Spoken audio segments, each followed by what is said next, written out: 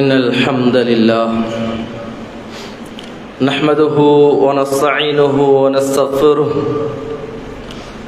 ونؤمن به ونتوكل عليه ونعوذ بالله من شرور أنفسنا ومن سيئات أعمالنا من يهده الله فلا مضل له ومن يضلل فلا هادي له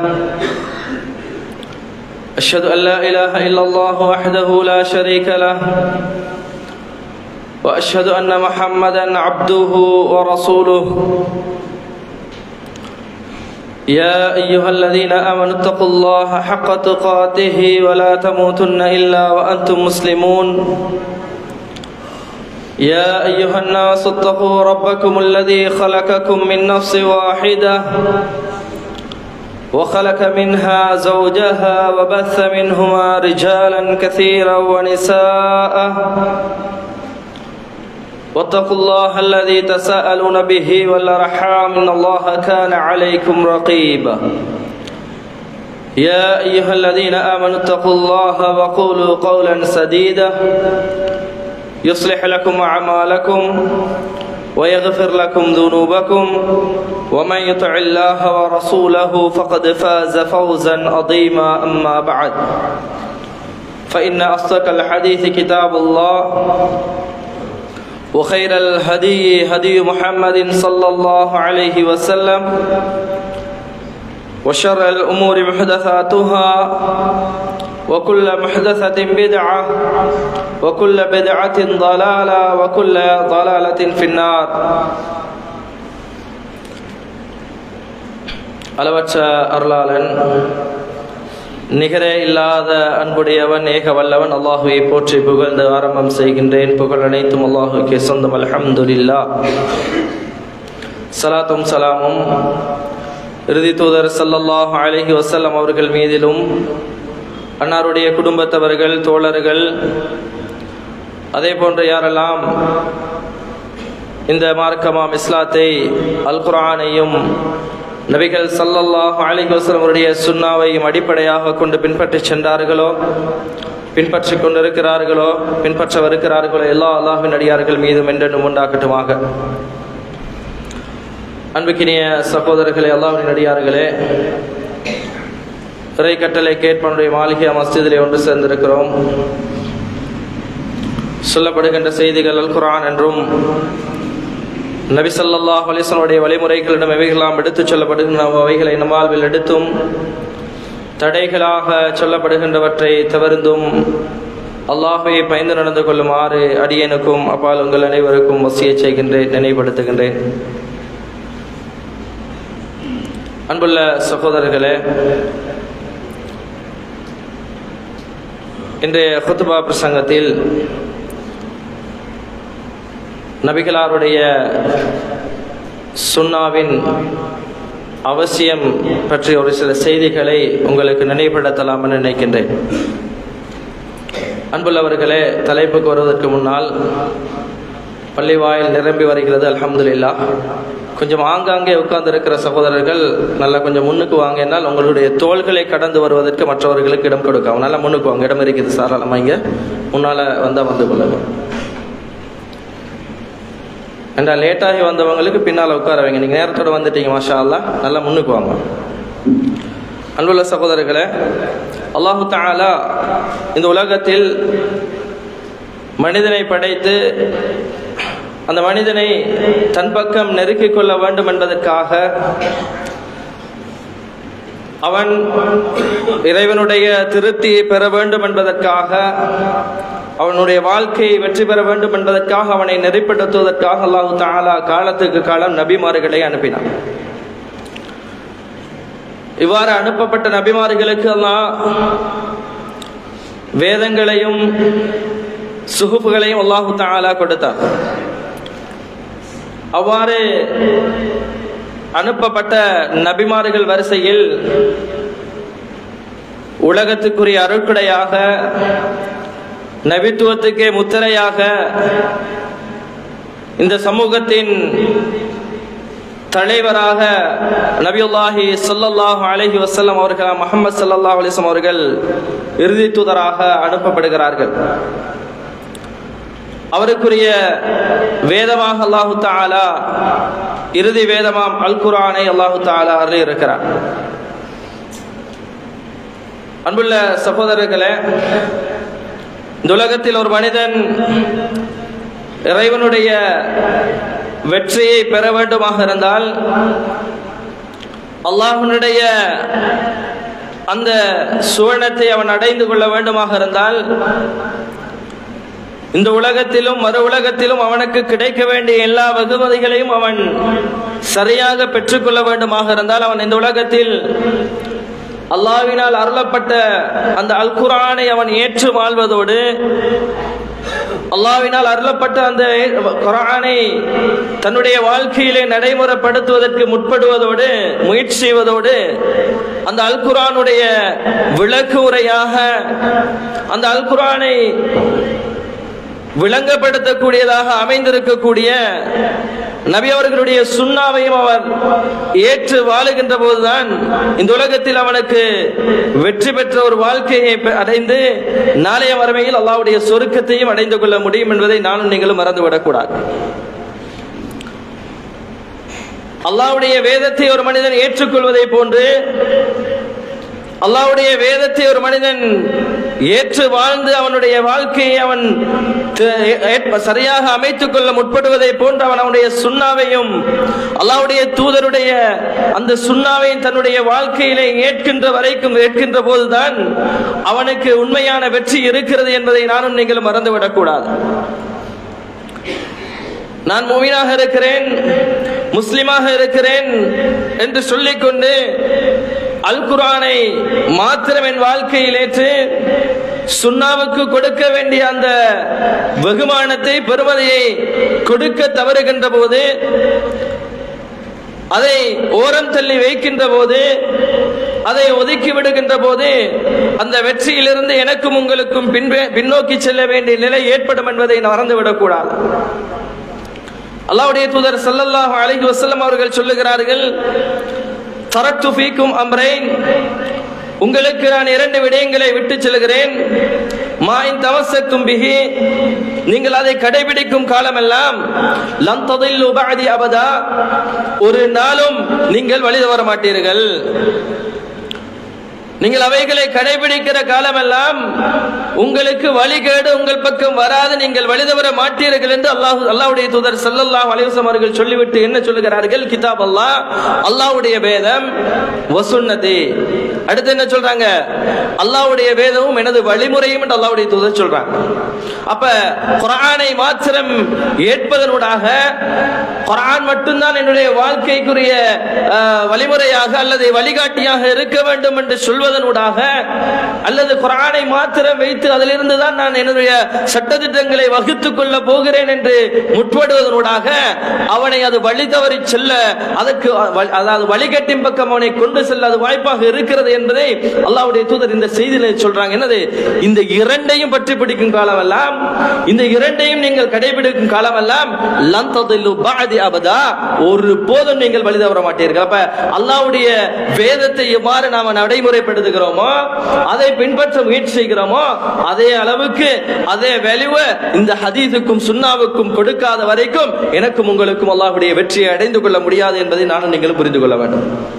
அன்புள்ளவர்களே, இஸ்லாமிய வரலாற்றை நானும் நீங்களும் படித்து பார்க்கிற போது, இஸ்லாமிய வரலாற்றை பிரட்டி படிக்கிற போது வழிகட்ட சிந்தனைகள் ஏராளமாக இஸ்லாத்துக்குள் அதாவது தோன்றியதை நாங்கள் பார்க்கிறோம். இன்று வரைக்கும் அந்த வழிகட்ட சிந்தனைகள் உருவாகி கொண்டு போவதை நாங்கள் பார்க்கிறோம்.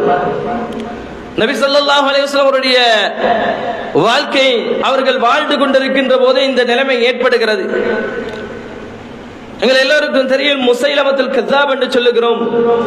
முசைலமா என்று சொல்லக்கூடிய அந்த தன்னை நபியாக வாதிட்ட அந்த பொய்யன் அல்லாஹ்வுடைய தூதரிடத்தில் வந்து சொல்றான், முஹம்மதே, நீங்களும் அல்லாஹ்வுடைய தூதர், நானும் அல்லாஹ்வுடைய தூதராக இருக்கிறேன், உங்களுக்கு வஹி வருவதை போன்று எனக்கும் வஹி வருகிறது என்று அந்த முசைலமா சொல்லி தனக்கு பின்னால் ஒரு கூட்டத்தை அவன் உருவாக்கி கொள்கிறான்.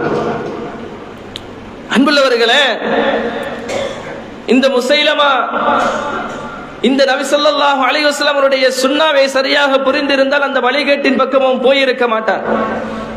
இந்த வழிகேடு உருவாகுவதற்குரிய பிரதான காரணம் என்ன?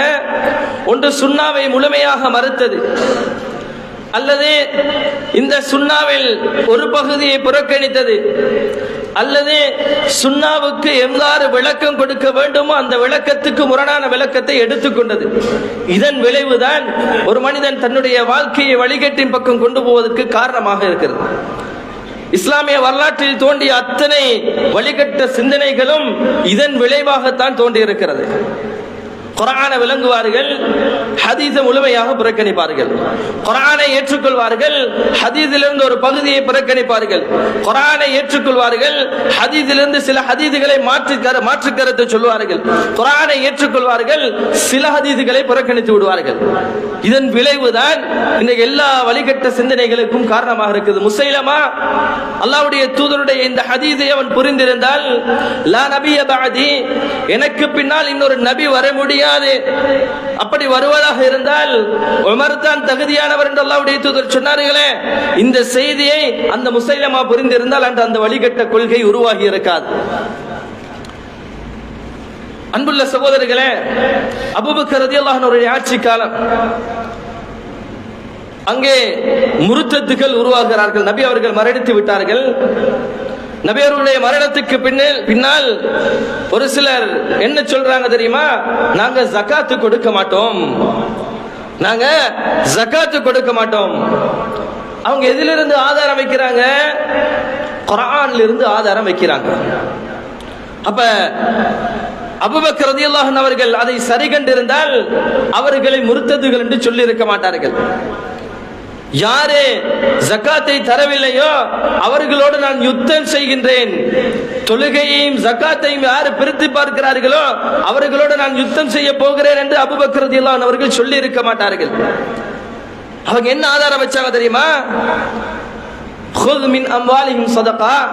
அல்லாஹ் அல் குர்ஆன்ல சொல்றான், நபியே நீங்க அவர்களிடமிருந்து, அதாவது செல்வந்தர்களிடமிருந்து பொருளாதாரத்தை பெற்று ஜகாத்தை எடுத்து வறியவர்களுக்கு கொடுங்க என்று நபியை பார்த்து விழுத்து அல்லாஹ் சொல்லுகிறான். நபியிடத்தில் அல்லாஹ் சொல்லுகிறான். அவருக்கு என்ன ஆதாரம் சொல்றாங்க தெரியுமா? நபி அவர்கள் மரணித்து விட்டார்கள், நபியுடைய மரணத்துக்கு பின்னால நம்ம ஜகாத்து கொடுக்க தேவையில்லை என்று அல்லாஹ் தஆலா என்ன சொல்றான்? நபிக்கு தான் என்ன சொல்றான்? ஜகாத்தை அறவிடுமாறு சொல்லுகிறான் என்று அந்த முர்த்ததுகள் உருவாகினார்கள். அப்ப குர்ஆனை மாத்திரம் விளங்க முற்படுவதனூடாக ஏற்படுகின்ற விளைவு இதுதான். அவர்கள் அந்த, அதாவது ஹதீஸில் இருக்கக்கூடிய இவ்வாறு ஜகாத்தை அறவிட வேண்டும், அதனுடைய கால எல்லை என்ன, அதனுடைய பெருமதி என்ன என்பதையெல்லாம் சுன்னாவில் இருக்கிற அந்த செய்திகளை அப்படியே புறக்கணித்து விட்டு குர்ஆனுக்கு மாத்திரம் ஒரு வசனத்தை முக்கியத்துவம் கொடுத்து அதிலே அவர்கள் ஆதாரம் எடுக்க பார்த்தார்கள். அவர்களை முர்த்ததுகள் என்ற நிலைக்கு அபூபக்கர் ரலியல்லாஹு அன்ஹு அவர்கள் போனார்கள். அவர்களோடு யுத்தம் செய்ய வேண்டும் என்று நின்றார்கள். வழிகட்ட சிந்தனைகள் உருவாகுவதன் காரணம் சுன்னா புறக்கணிக்கப்படுவது என்பதை மறந்துவிடக் கூடாது. அதே போன்றுதான் ஷியாக்கள், முஅ்தஸிலாக்கள், ஹவாரிஜிகள் என்று ஏராளமான வழிகட்ட சிந்தனைகள் உருவாகி இருப்பதற்குரிய காரணம் சுன்னாவை புறக்கணித்தது என்பதை மறந்துவிடக் கூடாது. இந்த கபர் வணங்கிகள் என்று சொல்லுகிறோம், நாங்கள் அல்லாஹ்வுடைய தூதரை நேசிக்கிறோம் என்று சொல்லுகிறார்கள், அல்லாஹ்வுடைய தூதர் மீது நாங்கள் அன்பு வைக்கிறோம் என்று சொல்லுகிறார்கள். ஆனால் அவர்கள் நபியுல்லாஹி ஸல்லல்லாஹு அலைஹி வஸல்லம் அவருடைய முக்கியமான ஒரு ஹதீஸை அவர்கள் சரியாக விளங்க மறுத்தது அவர்களை வழிகேட்டின் பக்கம் கொண்டு போய் சேர்த்திருக்கிறது என்பதை அவர்கள் புரியாமல் இருக்கிறார்கள். லா தத்ருனி கமா அதாத்தி நஸாரா ஈசா இப்னு மரியம். ஈசா அலைஹிஸ்ஸலாம் அவர்களை அந்த சமூகத்தார் அளவு கடந்து புகழ்ந்ததை போன்று நீங்கள் என்னை புகழ வேண்டாம்.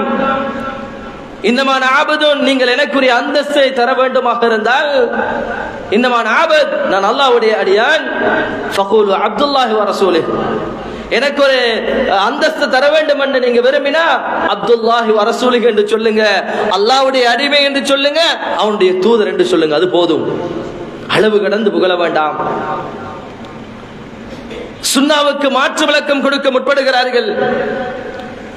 அல்லாஹ்வுடைய தூதர் ஸல்லல்லாஹு அலைஹி வஸல்லம் அவர்கள் சொல்கிறார்கள், லா தஜஅல் கப்ரி ஈதா, என்னுடைய அதாவது அடக்க ஸ்தலத்தை நீங்கள் பெருநாளாக நீங்கள் எடுத்துக்கொள்ள வேண்டாம் என்று நபி அவர்கள் சொல்லுவதனுடைய அர்த்தம் என்ன? அது கொண்டாடுவதற்குரிய இடம் கிடையாது, களியாட்டத்துக்குரிய இடம் கிடையாது. நீங்கள் அப்படிப்பட்ட இடமாக அதை அமைத்துக் கொள்ள வேண்டாம் என்று அல்லாஹ்வுடைய தூதர் சொல்லி இருக்க, அதற்குரிய விளக்கமாக எப்படி சொல்லுகிறார்கள் தெரியுமா? பெருநாளாக எடுக்க வேண்டாம் என்றால் என்ன அர்த்தம் தெரியுமா? பெருநாள் என்பது வருஷத்துக்கு 2 முறை வாரது. அந்த வருஷத்துக்கு 2 முறை வாரது போல நீங்க இந்த கபருக்கு வந்து கொண்டாடி விட்டு போகாதீங்க. ஒவ்வொரு நாளும் வாங்க, ஒவ்வொரு நாளும் கொண்டாடுங்க. இப்படித்தான் நபி அவர்கள் சொன்னார்கள். எப்படி விளக்கம் சொல்றாங்க? அப்ப இவர்கள் வழிகட்டு போவதற்குரிய காரணம் என்ன தெரியுமா? வழிகட்ட சிந்தனைக்குள் உட்புகுவதற்கான காரணம் ஹதீஸை முழுமையாக மறுப்பது மட்டுமல்ல, ஹதீஸை நிராகரிப்பது மாத்திரமல்ல, ஹதீஸுக்கு கொடுக்க வேண்டிய விளக்கத்திற்கு முரணான விளக்கத்தை கொடுப்பதுதான் காரணம் என்பதை நானும் நீங்களும் மறந்துவிடக் கூடாது. அல்லாஹ்வுடைய கட்டளை, நபி அவர்களுடைய வாழ்க்கை வழிமுறை, இதுதான் இஸ்லாம் என்று சொல்வார்கள். ஆனால் இன்றைக்கு எத்தனையோ பித்அத்துக்கள் தங்களுடைய வாழ்க்கையில் இருக்கும். அன்புள்ளவர்களே, இந்த நடைமுறை, இந்த வழிகட்டு சிந்தனை எங்கெல்லாம் வந்து நுழைந்திருக்கிறது தெரியுமா? தௌஹீத் என்கிற பேரிலையும் இந்த வழிகட்டு சிந்தனை நுழைந்திருப்பதை நாங்கள் பார்க்கிறோம். அல்லாஹ் அல் குர்ஆன்ல ஒன்றை சொல்லி இருக்கிறான், அதற்கு விளக்கமாக நபி அவர்கள் ஒன்றை சொல்லி இருக்கிறார்கள். என்னுடைய சிந்தனைக்கு படவில்லை என்பதற்காக ஹதீதுகள் மறுக்கப்படுகின்ற நிலையை நாங்கள் பார்க்கிறோமா இல்லையா? சூனியம் இருக்குதா? குர்ஆன்ல வந்திருக்குது. நபி அவர்கள் சொல்லி இருக்கிறார்கள், அல்லாஹ்வுடைய ஏற்பாட்டில் ஒரு தாக்கம் இருக்குது, நம்பிட்டு போ. உன்னுடைய சிந்தனைக்கு என்னுடைய சிந்தனைக்கு படவில்லை என்றால் குர்ஆனிலோ சுன்னாவிலோ கோளாறு கிடையாது. என்னுடைய புத்திர கோளாறு என்பதை மறக்க கூடாது. கண்ணேர் இருக்குதா? அல்-ஐனு ஹக்குன் ஹதீஸ்ல இருக்குது. தாக்கம் இருக்குதா? அல்லாஹ்வுடைய தூதர் சொல்றாங்க ஒரு வகையில் இருக்குது. இல்லை என்று சொன்னா அல்லாஹ்வுடைய தூதர் ஸல்லல்லாஹு அலைஹி வஸல்லம் அவர்கள் வமின் குல்லி ஐனின் லாமான்னு ஏன் துஆ கேட்கணும்? கண்ணூருக்கு ஒரு பாதிப்பு இல்லை என்றால் பலிக்கக்கூடிய கண்கள் இருந்து யா அல்லாஹ் என்ன பாதுகாத்துற, அல்லது அந்த குழந்தைகளுக்கு பாதுகாப்பு தேடுமாறு ஏன் நபி அவர்கள் அந்த துஆவை சொல்லி தர வேண்டும்? உன்னுடைய என்னுடைய சிந்தனைக்கு படவில்லை என்பதற்காக, உன்னுடைய என்னுடைய சிந்தனைக்கு எட்டவில்லை என்பதற்காக ஹதீஸ்ல கோளாறு இருக்குதா? இல்ல. சுன்னாவுல கோளாறு இருக்குதா? இல்ல. என்னுடைய உன்னுடைய புத்தியில கோளாறு இருக்குது, மறந்து விடக்கூடாது. அன்புள்ளவர்கள், இன்னைக்கு நிறைய பேர் என்ன நினைச்சிருக்காங்க தெரியுமா? யாரும் பிழையாக தவறாக நினைச்சிடாதீங்க. நாம கொண்டிருக்கிற ஜமாஅத் என்னது? நான் இருக்கிற ஜமாஅத் என்னை சொர்க்கத்துக்கு கொண்டு போய் சேர்த்து விடும் என்று நிறைய பேர் நினைச்சு கொண்டிருக்கிறாங்க. இந்த டிஜே முசீபத் இருக்குது, எல்லா இதுக்கு பின்னாலையும் தௌஹீத் ஜமாத் தௌஹீத் ஜமாத் தௌஹீத் ஜமாத் என்று போட்டுக்கொண்டு இந்த டிஜே முசீபத், இது நிறைய பேர் நினைக்கிறாங்க இந்த டிஜே என்ற சொல் அல்லது தௌஹீத் ஜமாத் என்ற வசனம் என்னை சொர்க்கத்துக்கு கொண்டு போகும் நிறைய பேர் நினைச்சிட்டு இருக்கிறாங்க. உங்களோட லெட்டர் ஹெட் உங்களை சொர்க்கத்துக்கு கொண்டு போகாது. இந்த தௌஹீத் ஜமாத், அந்த தௌஹீத் ஜமாத், அகில இலங்கை எல்லா தௌஹீத் ஜமாத்துகளை நீங்க பேரை போட்டுக்கொண்டாலும் அதுல நீங்க தலைவராக இருங்க, செயலாளராக இருங்க, உபதலைவராக இருங்க, அதுல அங்கத்தவராக இருங்க, அது உங்களை சொர்க்கத்துக்கு கொண்டு போகும் என்ற நப்பாசை கொள்ள வேண்டாம் என்பதை அன்புள்ளவர்களே உள்ளத்திலால பதிவு செய்து கொள்ளுங்கள். அப்ப என்னை உங்களின் சொர்க்கத்துக்கு கொண்டு போவது எது? அல்லாஹ்வுடைய தூதர் சொன்னாங்க என்ன தெரியுமா? மா அன அலைய வ அஸ்ஹாபி, நானும் எனது தோழர்களும் எதுல இருக்கிறோமோ அதுல யாரெல்லாம் இருக்கிறாங்களோ அவங்க தான் சொர்க்கவாதிகள். நீங்க எந்த ஜமாத்துல வேணாலும் இருந்துட்டு போங்க, எந்த ஜமாத்து பேரை நீங்க வச்சிருந்தாலும் பரவாயில்லை, குர்ஆன் சுன்னா அந்த ரெண்டுக்கு உட்பட்டு உங்களுடைய வாழ்க்கையை அமைத்துக் கொள்ளாத வரைக்கும் சொர்க்கம் நுழைய முடியாது என்பதை மறந்துவிடக் கூடாது சகோதரர்களே, அன்புள்ளவர்களே. அல்லாஹு தஆலா இன்னைக்கு என்ன நடந்திருக்கு தெரியுமா? இன்னைக்கு என்ன நடந்திருக்குது என்றால், சுன்னா என்று சொல்லிவிட்டால், சுன்னா என்று முன்வைத்து விட்டால், சுன்னா பத்தி பேசி பாருங்க பாக்கும், சுன்னா தானே சுன்னா தானே, செஞ்சா நன்மை, செய்யாட்டி பாவம் இல்லையே, கடைபிடிச்சா நன்மை, விட்டா தவறு இல்லையே என்கிற மாதிரியான ஒரு சிந்தனை இன்றைக்கு வந்திருக்குது. அப்படி இல்லை சகோதரர்களே, சுன்னாவினுடைய வெகுமதி என்ன, பெருமானம் என்ன, அதனுடைய வேல்யூ என்ன? அல்லாஹ் தஆலா குர்ஆன்ல சொல்றான். அல்லாஹ் குர்ஆனுடைய விஷயத்தில் அல்லாஹ் 3 பொறுப்புகளை எடுத்துக்கொள்கிறான். சூரா கியாமால அல்லாஹ் தஆலா சொல்லுகிற போது லா தஜஅல் பிஹி லா துஹர்ரிக் பிஹி லிசானக லிதஅஜல பிஹி. நபியே, நீங்க அவசரப்பட்டு உங்க நாக்கு என்ன செஞ்சுறாங்க உசுப்பிராதீங்க. குர்ஆனை ஜிப்ரீல் அலைஹிஸ்ஸலாம் அவர்கள் கொண்டு வந்து கொடுக்கிற போது, வஹியை கொண்டு வருகிற போது மறந்து விடுமோ என்ற பயத்தில் அவர்கள் அல்லாஹ்வுடைய தூதர் அவசரப்படுகிறார்கள். அல்லாஹ் தஆலா சொல்றான், லா துஹர்ரிக் பிஹி லிசானக். நபியே, அவசரப்பட்டு உசுப்பிராதீங்க நாக்க. ஏன் தெரியுமா? எங்களுக்கு ஒரு பொறுப்பு இருக்குது. இந்த குர்ஆனுடைய விஷயத்தை நாங்க பொறுப்பெடுத்திருக்கோம். என்ன தெரியுமா? இன்ன அலைனா ஜம்அஹு வ குர்ஆனா. இந்த குர்ஆனை உங்களுக்கு ஓதி காண்பிக்கிற பொறுப்பு எங்களை சாருகிறது. ஜம்அஹு, அதை உங்களது உள்ளத்தில் கொண்டு வந்து சேர்க்கிற பொறுப்பு எங்களை சாருகிறது. அப்ப குர்ஆனை உங்களது மனசுல கொண்டு வந்து சேர்க்கிறதும் அதை ஓதி காண்பிப்பதும் எங்களுடைய பொறுப்பு.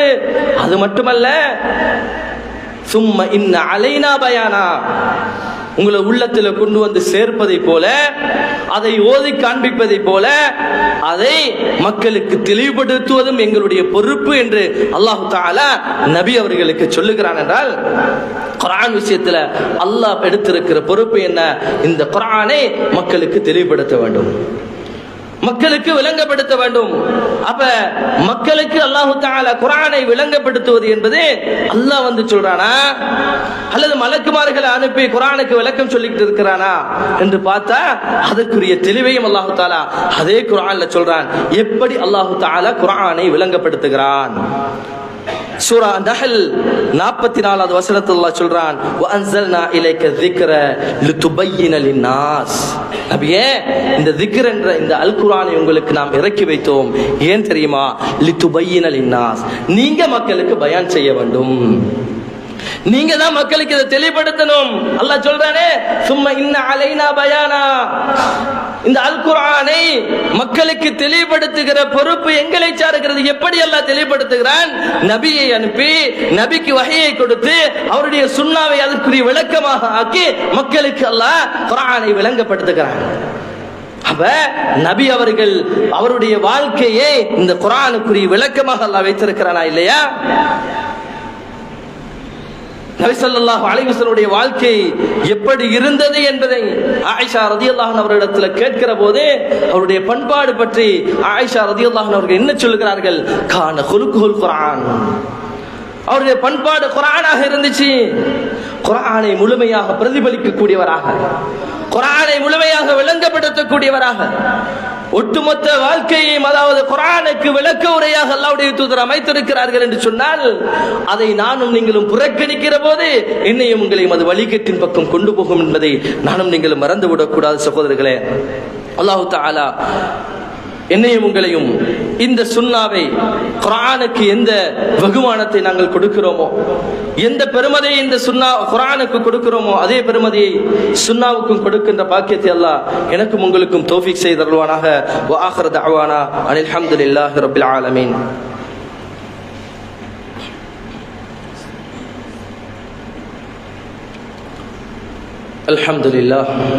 الحمد لله رب العالمين، الصلاة والسلام على أشرف الأنبياء والمرسلين وعلى آله وأصحابه وأتباعه وأهل بيته إلى يوم الدين وسلم تسليما كثيرا. وبعد. அன்புள்ள சகோதரர்களே, அல்லாஹ்வின் அடியார்களே,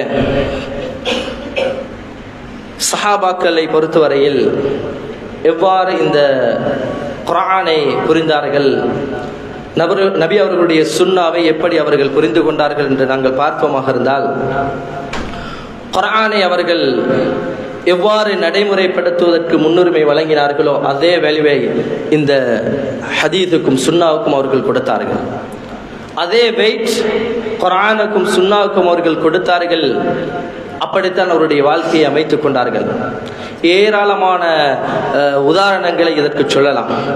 ஏராளமான நபி ஸல்லல்லாஹு அலைஹி வஸல்லம் தோழர்களுடைய வாழ்க்கையிலிருந்து சுன்னாவை அவர்கள் எவ்வாறு பெருமதியாக எடுத்துக்கொண்டார்கள் என்பதை, அந்த சுன்னாவும் குர்ஆனையும் ஒரே தரத்தில் வைத்து எவ்வாறு பார்த்தார்கள் என்பதற்கு ஏராளமான செய்திகள் எங்களுக்கு சொல்லலாம்.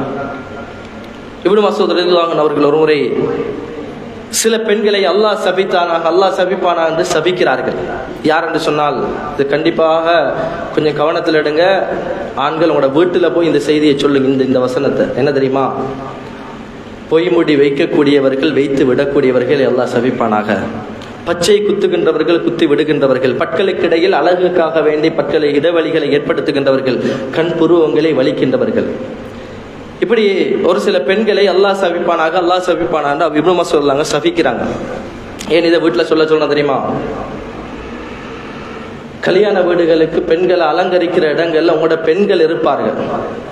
ஒரு நாளைக்கு தானே பொய்முடி வச்சு விடுறது, நாம கொஞ்சம் ஹெல்ப் பண்ணா என்ன நடக்க போகுது? ஒரு நாள் கல்யாணம் தானே, வாழ்க்கையில் ஒரு முறை வாரத்துக்கு அதெல்லாம் என்ன பிரச்சனை? அல்லாஹ்வுடைய சாபத்துக்குரிய செயல். வைக்கிறவங்களும் சரி, வச்சு விடுறவங்களும் சரி, அதுக்கு உதவியாக இருக்கிற எல்லாருக்கும் அந்த லானத்து இருக்கு என்பதை மறக்க கூடாது. உங்களோட வீட்டுகள் இந்த கட்டாயம் சொல்லுங்க. தெரியுமா, நம்மளோட பெண்களும் அந்த இடங்களுக்கு போறதால. ரைட். அன்புள்ளவர்களே, இவங்க அல்லாஹ் சபிப்பானாக, அல்லாஹ் சபிப்பானாக இந்த செய்தியை சொன்ன நேரத்துல ஒரு பெண்மணி வந்து, இப்னு மஸ்ஊத் அவர்களே, நீங்கள் அல்லாஹ் சபித்ததாக சொல்றீங்க, குர்ஆனை முழுசா படிச்சிருக்கிறேன், குர்ஆன் அப்படி ஒன்று வரலையே. அப்ப கேட்கிறாங்க, நீங்க ஹதீஸை படிச்சு, அதாவது அல்லாஹ்வுடைய தூதர் சபித்து இருக்கிறார்கள் என்பதை சொல்லுவதை எப்படி சொல்கிறார் தெரியுமா? குர்ஆனை நீங்க எடுத்து பாருங்க.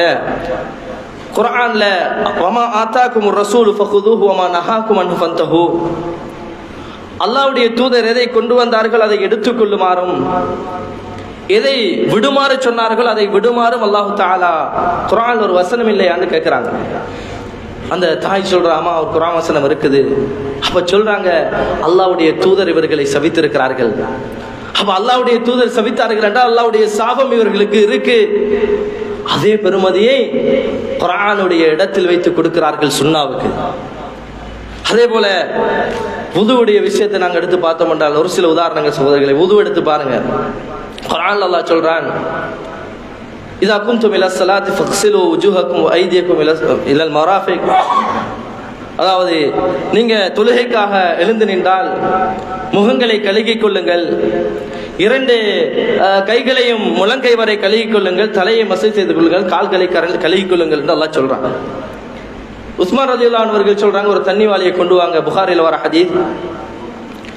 எப்படி வுது செய்ய வேண்டும் என்பதை அவர்கள் என்ன செய்யறாங்க, முழுமையாக வுது செய்து காட்டுகிறார்கள். தண்ணி வாளி எடுத்து தண்ணீர் ஊட்ட சொல்கிறார்கள், 2 கைகளையும் கழுகிறார்கள், மணிக்கட்டு வரை வாய் கொப்பளிக்கிறாங்க, மூக்கு தண்ணி செலுத்துறாங்க, முகத்தை கழுகுகிறார்கள் முழுமையாக, 2 கைகளையும் முழங்கை வரை கழுகுகிறார்கள், தலையை மசைகிறார். எப்படி முன்னேற்றிலிருந்து பிடரி வரை கொண்டு போறாங்க, மறுபடி முன்னேற்றி கொண்டு வந்து காதை மசை செய்யறாங்க, அதே கையால கால்களை கழுவி கொள்கிறார். சொல்றாங்க என்ன தெரியுமா, இப்படித்தான் நபி அவர்கள் வுது செய்வதை நான் பார்த்தேன். இதிலிருந்து என்ன விளங்குது? இதிலிருந்து என்ன விளங்குது? இந்த ஹதீஸ் வந்து குர்ஆனுக்கு முரணாகுது என்று லைஃபாகாம தப்பி இருக்கிறது ஒரு ஆச்சரியமாக இருக்குது. என்ன தெரியுமா, ஹதீஸ்ல வுதுவுடைய விஷயத்துல ஒரு மாதிரி வருது, குர்ஆன்ல எப்படி வருது? கையை கழுங்க, அதாவது முகத்தை கழுங்க, கை 2 கழுங்க, தலையை மசஜ் செய்யுங்க, காலை கழுங்க. அதுல என்ன செய்யல, மணிக்கட்டு வரை கை கழுக வர இல்ல, வாய்க்கு தண்ணி செலுத்துற வர இல்ல, மூக்கு தண்ணி எதுவுமே வரல. எப்படி தலையை மசஜ் செய்யற விஷயமே அங்க வரல. ஆனால் சஹாபாக்கள் எப்படி விளங்கினாங்க தெரியுமா? அல்லாஹ்வுடைய தூதருடைய வாழ்க்கை இந்த குர்ஆனுக்கு விளக்க உரை என்பதை சரியாக விளங்கினார்கள். அல்லாஹ்வுடைய தூதருடைய வாழ்க்கை இந்த குர்ஆனுக்கு விளக்க உரை. அல்லாஹ்வுடைய தூதர் செய்த வுது இந்த வசனத்துக்குரிய விளக்க உரை. அல்லாஹ் தஆலா முகத்தை கழுக சொல்லுகிறார் என்றால் எப்படி அதை ஆரம்பிக்க வேண்டும் என்பதை அல்லாஹ்வுடைய தூதர் காட்டி தந்திருக்கிறார்கள். இப்படித்தான் வுது செய்ய வேண்டும். 2ம் ஒன்றுதான், 2க்கும் வேறுபாடு கிடையாது. ஒரே வெகுமதி தான், ஒரே பெருமதி தான், ஒரே வெயிட் தான். ஒரே வெயிட்டை கொடுத்து அவங்க என்ன செஞ்சாங்க, குர்ஆனையும் ஹதீஸையும் அவர்கள் ஏற்றுக்கொண்டார்கள். 2க்கும் 2 விளக்கம் கொடுக்கவில்லை. இப்படித்தான் குர்ஆன்ல வந்த வுது இப்படி செய்யுங்க, இது ஹதீஸ்ல வந்த வுது இப்படி செய்யுங்க, அப்படி கூட செய்து காண்பிக்கவில்லை. இதுதான் குர்ஆனுக்கும் ஹதீஸிலையும் உள்ள வுது என்பதை அழகாக செய்து காண்பிக்கிறார்கள். அன்புள்ளவர்களே, இதை நானும் நீங்களும் மறக்க கூடாது. அப்ப ஹதீஸ எந்த அளவுக்கு ஏற்றுக்கொள்ள வேண்டும், குர்ஆனை ஏற்பதை போன்று, குர்ஆனை விளங்குவதை போன்று, குர்ஆனுக்குரிய அதை நடைமுறைப்படுத்துவதற்கு எந்த ஆர்வம் காட்டுகிறோமோ அதே அளவுக்கு சுன்னாவுக்கும் நானும் நீங்களும் ஆர்வம் காட்ட வேண்டும் என்பதை மறந்துவிடக் கூடாது சகோதரர்களே. அதான் அடுத்தது நாம் புரிந்து கொள்ள வேண்டிய, எங்கள் சமூகத்தில் எத்தனையோ முசீபத்து, எத்தனையோ சோதனைகள், ஏராளமான சோதனைகளுக்கு நாங்கள் முகம் கொடுக்கிறோம். என்ன காரணம்? பெரும்பாலான இடங்களில் பேணப்பட வேண்டிய சுன்னாக்கள் இன்றைக்கு புறக்கணிக்கப்படுது. கல்வி கூடங்கள் இருந்து அத்தனை இடங்களிலும் எங்கெங்க சுன்னாக்கள் பேணப்பட வேண்டுமோ அங்கெல்லாம் புறக்கணிக்கப்படுது. ஹதீதுகள் நிராகரிக்கப்பட்டது. ஏதாவது ஒன்று சொல்லிட்டா அதுக்கு எதிராக யூடியூபர்ஸ் ரெடி ஆகிறாங்க. இவர் இப்படி சொல்லிட்டாங்க, பாடசாலையில் ஒரு விஷயத்தை சொல்ல இயலாது, சமூகத்தில் நடக்கிற தவறை சொல்ல இயலாது, சுன்னாக்கு முரணாக இப்படி சொல்றீங்கன்னு சொல்ல இயலாது. ஓடி வந்து நிக்கிறாங்க யூடியூபர்ஸ். என்னது நமக்கு சார்பா அல்ல, குர்ஆனுக்கு சுன்னாவுக்கு சார்பா பேசுறார் மௌலவி, இதை கொஞ்சம் கவனிங்க சமூகமே என்று சொல்வதற்கு இல்ல, அவர் நோன்றதுக்கும் அவர் சொன்னதில் ஏதாவது ஒரு குற்றச்சாட்டுகளை பிடிக்கிறதுக்கும். இன்னைக்கு யூடியூப்ஸ் யாரும் தவறா நினைக்காதாங்க. அல்லாஹ் அருள் செய்தவர்களை தவிர, உங்களுக்கு அல்லாஹ் அருள் இருந்தா நீங்க இப்படி செய்யலைன்னா நீங்க அந்த லிஸ்ட்ல இல்ல. ஆனா இன்னைக்கு நடக்கிறத சொல்றோம். அன்புள்ளவர்களே, இன்னைக்கு சோதனைக்குரிய காரணம் என்ன? நாம இந்த மாதிரி சோதிக்கப்படுவதற்கான காரணம் என்ன? அல்லாஹ் தஆலா சொல்லுகிறான், ஃபல்யஹ்தரில் லதீன யுகாலிஃபூன அன் அம்ரிஹ், அவர்கள் பயந்து கொள்ள வேண்டும். யாரு? அல்லாஹ்வுடைய தூதருடைய கட்டளைக்கு முரணாக நடக்கின்றவர்கள் பயந்து கொள்ளட்டும். என்ன தெரியுமா? அன் துஸீபஹும் ஃபித்னத்துன் ஓ யுஸீபஹும் அஸாபுன் அலீம். அதாவது இந்த உலகத்தில் ஒரு சோதனை வருவதையோ அல்லது பெரிய ஒரு தண்டனை ஏற்படுவதையோ அவர்கள் பயந்து கொள்ளட்டும் என்று அல்லாஹ் தஆலா அல் குர்ஆன்ல சொல்றான். சகோதரர்கள், ஒரு சிறிய உதாரணம் இறுதியாக சொல்லிட்டு முடிக்கிறேன். அதாவது இன்றைக்கு வலது கையால சாப்பிடுகின்ற விவகாரம் என்பது எங்களுக்கு எப்படி நாங்க பார்க்கிறோம்? சாப்பிடுகின்ற போது வலதால சாப்பிடுறோம். அதை தவிர்ந்த நேரங்களில் வலது கையை வலப்புறத்தை எப்படி நாங்கள் முக்கியத்துவம் கொடுக்கிறோம் என்பதை நானும் நீங்கள் எங்களுடைய வாழ்க்கையை ஒப்பிட்டு பார்க்கணும். நான் எந்த அளவுக்கு கொடுக்கல் வாங்கல வலதை பயன்படுத்துறேன். சோறு தின்ற போது மாத்திரம் வலது என்ன செய்யறேன், முற்படுத்துகிறேன். மற்ற நேரங்களுடைய சாப்பாடுல ஒரு டீயை குடிச்சா, ஒரு ஷார்ட்டீட்டை திண்டா, ஒரு கஞ்சை குடிச்சா வலதுக்கு முக்கியத்துவம் இருக்குதா? இதை பார்க்கிறோம். அதை அல்லாஹ்வுடைய இது சின்ன விஷயம் நினைக்கிறாங்க, சில்லறை பிரச்சனைன்றாங்க. இதெல்லாம் பேசணுமான்னு கேட்கிறாங்க, இதெல்லாம் கணக்கெடுக்கணுமான்னு சொல்றாங்க. இல்ல சகோதரர்களே, அன் துஸீபஹும் ஃபித்னத்துன் ஓ யுஸீபஹும் அஸாபுன் அலீம், ஒரு தண்டனையோ ஒரு சோதனையோ வருவதை பயப்பட வேண்டும். அல்லாஹ்வுடைய தூதருக்கு முன்னால ஒரு மனிதர் என்ன செய்யறாரு? இடதால சாப்பிடுறாரு. படிச்ச ஹதீஸ் நம்ம தெரிஞ்சிருக்கிறோம். அலட்சியமாக இருக்கிறோம். சாப்பிடுறாரு இடது கையால. அல்லாஹ்வுடைய தூதர் சொல்றாங்க, வலதால சாப்பிடுங்க. அவர் என்ன சொல்றாரு? லா அஸ்ததிஉ, எனக்கு இயலாது என்று சொல்றாங்க. அல்லாஹ்வுடைய தூதர் ஸல்லல்லாஹு அலைஹி வஸல்லம் அவர்கள் சொல்கிறார்கள், லஸ்ததஅத, உங்களுக்கு இயலாமலே போட்டும் என்று சொல்றாங்க. சகோதரர்கள், இன்னைக்கு எத்தனை பேர் சாப்பிடும் போது குடிக்கிறதுக்கு கிளாஸ் எடுத்து தண்ணீரை சாப்பிட்டு இருக்கிற போது தண்ணீர் தேவைப்பட்டால் அந்த கிளாஸ் எடுத்து எத்தனை பேர் இடது கையால குடிச்சுக்கிட்டு இருக்கிறோம்? கேட்டா என்ன சொல்லுவாங்க? கையில் இருக்கிற எச்சில் பற்றுமே கிளாஸ்ல. அப்படித்தானே? கையில் இருக்கிற எச்சில் பற்றுமே. சகோதரர்களே, நீங்க அப்படி பார்த்தீங்கன்னா நீங்க இடதால குடிப்பதால சுண்ணாவில் எச்சில் படுறத மறந்துடக்கூடாது. அப்படிதானே? சுண்ணாவை புறக்கணிக்கிறோம். அல்லாஹ்வுடைய தூதர் ஸல்லல்லாஹு அலைஹி வஸல்லம் அவர்கள் அந்த மனிதருக்கு லஸ்ததஅத என்று சொல்லுகிறார்கள். அந்த ஹதீஸை அறிவிக்கக்கூடிய சஹாபி நபி அந்த அறிவிப்பாளர் சொல்லுகிறார், என்ன தெரியுமா? அவர் மரணிக்கின்ற வரைக்கும் அவருடைய கையை ஃபமா ரஃபஅஹா இலா ஃபீ, அவருடைய வாய்க்கு அவருடைய கையை உயர்த்தவே முடியாம போயிட்டு. சுப்ஹானல்லாஹ். சாதாரண விஷயமா இது? சில்லறை பிரச்சனையா இது?